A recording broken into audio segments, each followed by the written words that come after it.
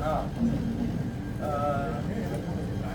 खराटे साहेब आणि सर्व डिपार्टमेंटचे HODs, आजचे उत्सव मूर्ती आणि माझा जिवलग मित्र आणि जो आम्ही बालवाडीच्या आधी पण एकमेकांना ओळखतोय, कारण आम्ही जवळजवळच राहायचो. म्हणजे शाळेत ज्युनियर KG ला जायच्या आधीपासून आम्ही ओळखतोय.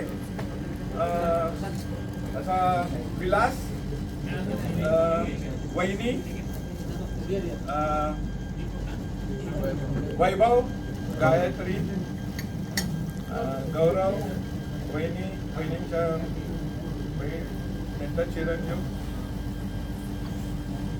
आता इथे माझ्या आधीच्या वक्त्यांनी भरपूर स्तुती केली आहे, त्यामुळे अजून म्हणजे काही मला सांगावं असं वाटत नाही. आजचा हा दिवस ना माझ्यासाठी एकदम मिक्स्ड इमोशन्स आहे. म्हणजे एका जसं नाण्याला दोन बाजू असतात त्याप्रमाणे एक बाजू आनंदाची आहे, एक बाजू थोडा दुःखाची पण आहे. आनंदाची याच्यासाठी आहे की आपला जिवलग मित्र आणि लहानपणीचा जो आपण कदाचित 1-2 वर्षापासून आम्ही एकमेकांना ओळखत असू, तो आज 40 वर्षाची RCF मधली कारकीर्द संपवतोय यशस्वीरित्या. दुसरं असं की उद्यापासून तो मला भेटणार नाही. मी ड्युटीवर आलो किंवा तो ड्युटीवर आला तर पहिल्यांदा फोन, अरे आज आलाय का, एकमेकांना आम्ही रोज फोन करायचो. मग इथे परमिट दिल्यानंतर 5-10 मिनिटं त्याच्या रूममध्ये जाऊन आम्ही गप्पा मारायचो आणि मग बाकीची कामं त्यांना सुरुवात करायचो. आता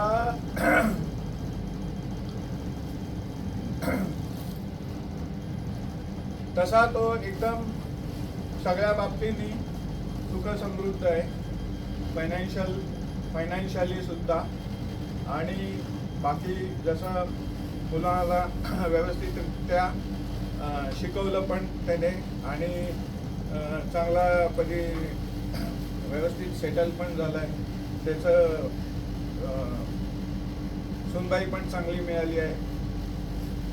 आता एकच जबाबदारी राहिली आहे, म्हणजे छोट्या मुलाचं शिक्षण आणि बाकी जे काही वडिलांचं कर्तव्य पार पाडायचं असतं ते.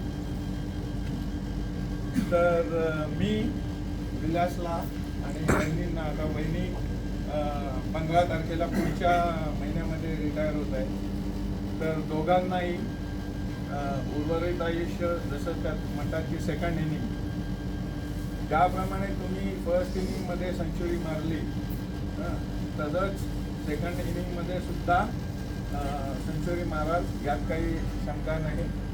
तर मी वैयक्तिकरित्या माझ्यातर्फे, माझ्या फॅमिलीतर्फे, अमोनिया 1 तर्फे, सुरक्षा विभागातर्फे आणि इथे जमलेल्या सर्व महानुभावांतर्फे पुढील आयुष्यासाठी आपणाला शुभेच्छा देतो. धन्यवाद.